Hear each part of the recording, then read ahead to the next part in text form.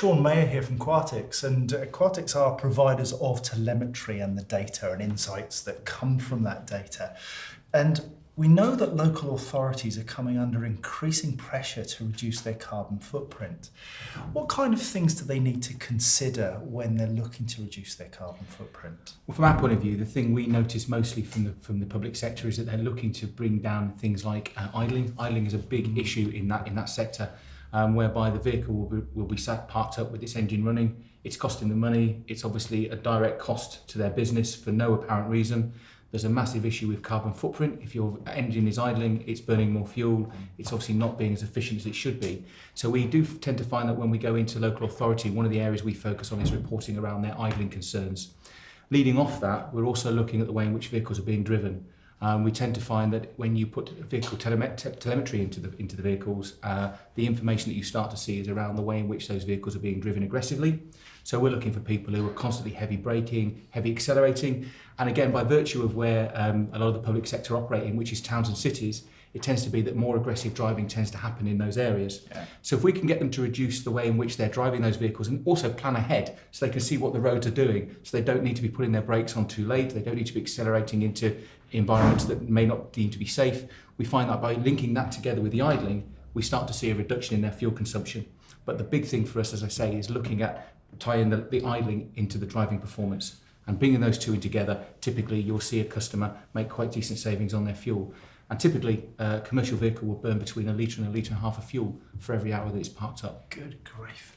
So that leads me to think that perhaps there's opportunities identified by your data for moving to low emission, low carbon vehicles, electric vehicles? Yeah, absolutely. I mean, we have some of the public sector that we're already working with them where they are operating hybrid and electric.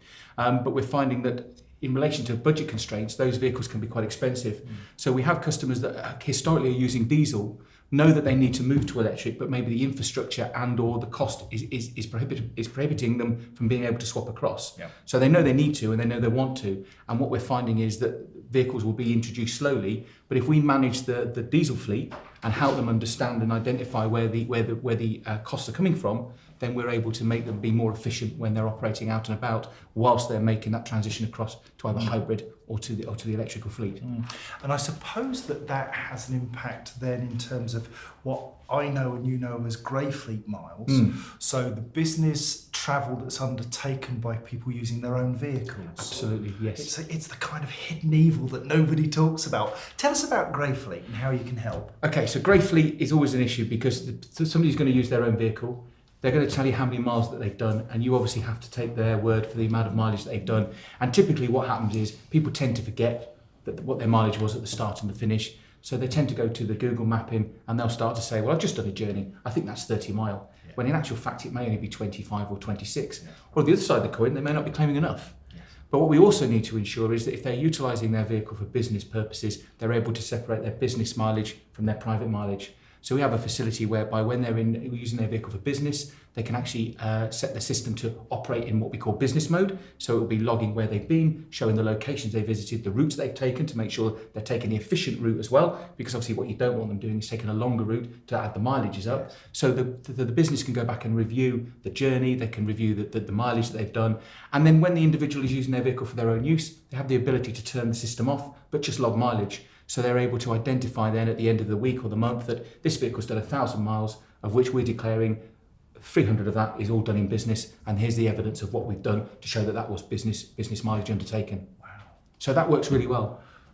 And presumably you do all of the data analysis and insight finding as well, so you help your clients to find out what it is they know. Absolutely. I mean, the big point is that if we sell a tracking unit or telematics system into a customer, we don't want it to become a white elephant. It needs to be used. You'll only get value from it if you use the data that's given to you. So a lot of what we do is working around understanding what the customer requires and actually sending that to them in a format that is either live or it's done through a scheduled reporting mechanism. But we always want to sit down with the customer to identify what is it they need.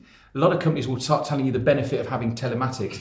You can't actually understand the benefit until you know what the customer actually wants. Yes. So the first question we always ask is, what is it you want it to do? Yes. It might sound obvious when it's tracking, but people have different requirements. And then once we understand that requirement, we're able to allow them to take the product, get the data, and for us to come back in, sit down and analyse with them and take it all to pieces and understand exactly what they're seeing. Yeah. And as I say, when you sit with a customer and say, do you realise that in the last month you've idled for 300 hours across your fleet?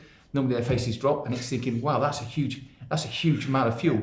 There's an even bigger concern. You've got to assume the operative is in the vehicle while they're idling. Yes. Because if they're not, you've got an insurance problem. Yes. So there's a massive cost there yes. to the business. There's a potential risk there to the business. Absolutely right. And you help identify both of those things which up until now, and without the benefit of your system, would go unnoticed. Absolutely correct. All you may notice is that your MPG is not that good. Yeah. But how would you identify it? You only can identify it by knowing what the vehicle's doing to attain the MPG that it's finally giving to you. Yes. Absolutely. Now, we're moving away from transport as a society, and we're beginning to understand this thing called mobility as a service. Mm-hmm. And local authorities have their part to play in understanding how we travel around. But they don't really, do they? There's a lot of local authorities who are quite blind to how people move around their geographical area. Absolutely. You can help with that, can't you? Yes, the first thing you do with any authority is you would set up geofencing to ensure that vehicles are only operating in an area you would expect them to operate in. More and more, as well as cities are starting to move towards costings to go into inner cities. So, for example, obviously the London congestion zone, as we all know. I live in the Midlands, and Birmingham is eventually going to move to the to the low emission zone as well. I think it's been moved back a wee bit, but we can identify with customers where vehicles are entering those zones and should they be entering them. And again, we can be reporting and alerting that a vehicle has gone to a particular location that you wouldn't expect to see it. The other important point is where you're operating a large fleet and you have different skill sets, and also people of the same skill set, there tends to be an element of sending somebody across town to do a job when somebody of the same skill set is already there. By utilising the telematics, you can say, right, okay, I've got a problem. I've got Dave in that area. We don't need to send Mike over there because Dave's already there. He's been on site an hour. He'll be finished soon. So we can also reduce the journeys that they're doing and all the crisscrossing that they're doing across from one side of the city to the other or the town. Because again, you've got this real-time view of where everybody is by their skill set, and therefore bringing down the amount of mileage and again, cost to the business. Indeed. Just to finish up, I suppose everything comes down to the bottom line. Mm-hmm. How much money do you think you can save a client typically when they put your systems in? Yeah, I mean, we're in an industry where people will throw big figures at you, 25% off your fuel bill. I think, in fairness, for a local authority, the fuel element and the saving in fuel is never going to be dramatically high.